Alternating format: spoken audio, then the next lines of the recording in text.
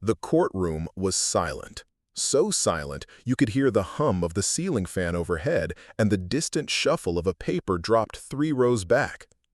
But at the center of it all stood Amara Williams, a 9-year-old black girl in a navy blue school uniform clutching the edge of the witness stand with trembling fingers.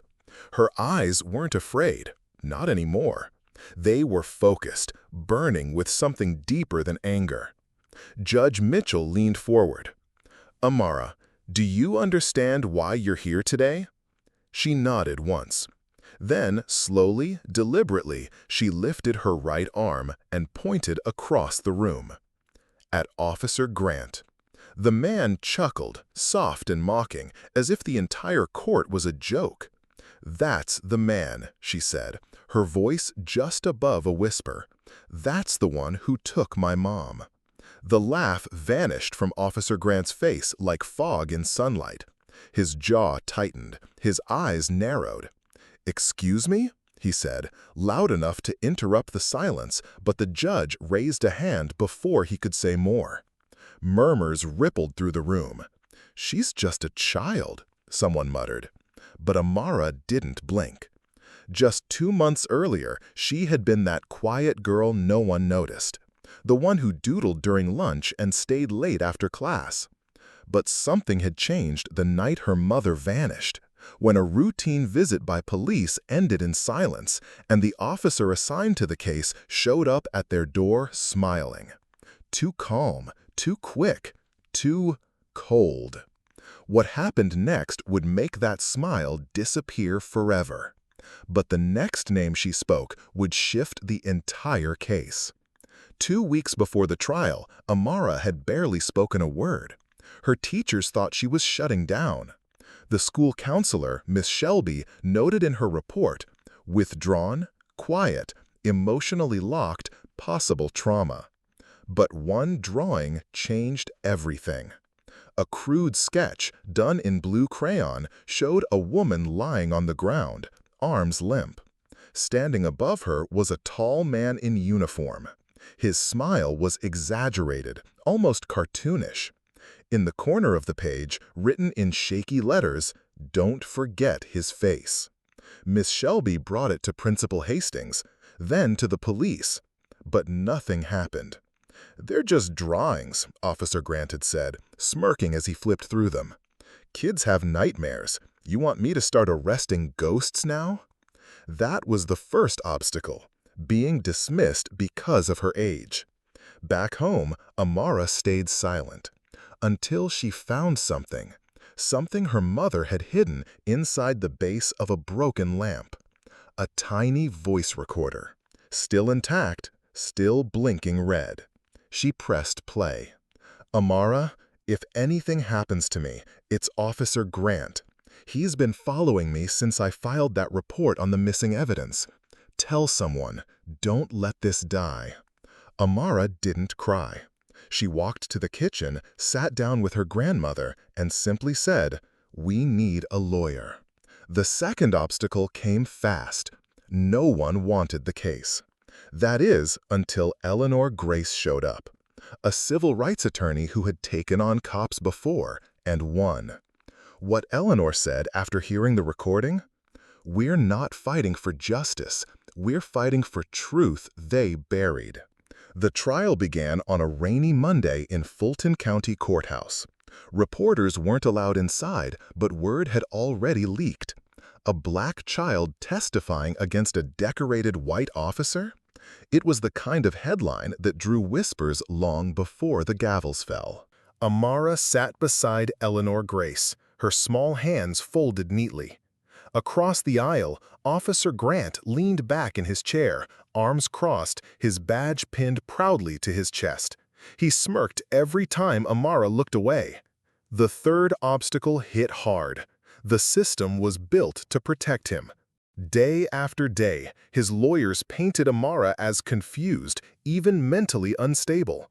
They called psychologists, waived test scores, said trauma could fabricate memory. "She's not lying," Eleanor said in court. "She's surviving." Still, it felt like no one believed. Until the fourth twist came. Eleanor called a surprise witness, Mrs. Davis, Amara's art teacher. She held up one of the girl's sketches, drawn weeks before her mother's death. The date matched the night Amara's mom was last seen alive. But that wasn't the shocking part. Tucked into the crayon strokes was a license plate number, half erased but visible. It matched Officer Grant's personal vehicle, not a patrol car, a car he denied driving that night. The courtroom froze. Grant's lawyer fumbled, but the damage was done. The judge leaned forward. "Mr. Grant, were you at 416 Brookstone Drive on April 3rd? Silence. Amara looked up, tears brimming. He smiled that night too, like nothing happened. The room held its breath. Then came the footage. The footage was grainy, taken from a neighbor's motion-activated doorbell cam. But it didn't need to be perfect. It showed enough. A car, dark blue, matching Officer Grant's, pulling up to the curb of 416 Brookstone Drive. A woman stepped outside. Amara's mother, Marlene Williams, holding a folder. She turned back toward the house, clearly arguing. And then Grant emerged from the shadows.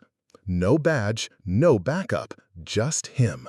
The fifth obstacle hit like a punch to the gut. The police had tried to delete the footage. The original file had been overwritten, but Eleanor found a tech forensics intern who'd restored part of the deleted cache. Enough to see the moment Grant shoved Marlene. She fell back hard. Amara covered her mouth. Her grandmother sobbed quietly beside her. On the stand, Officer Grant's voice shook. "I didn't mean for it to go that far. She threatened to go public. I panicked." He turned to Amara. "She wasn't supposed to die. I just wanted her to stop." Gasps rippled through the court. One juror began to cry. The judge called for order, but the damage was already irreversible. And then, one final twist.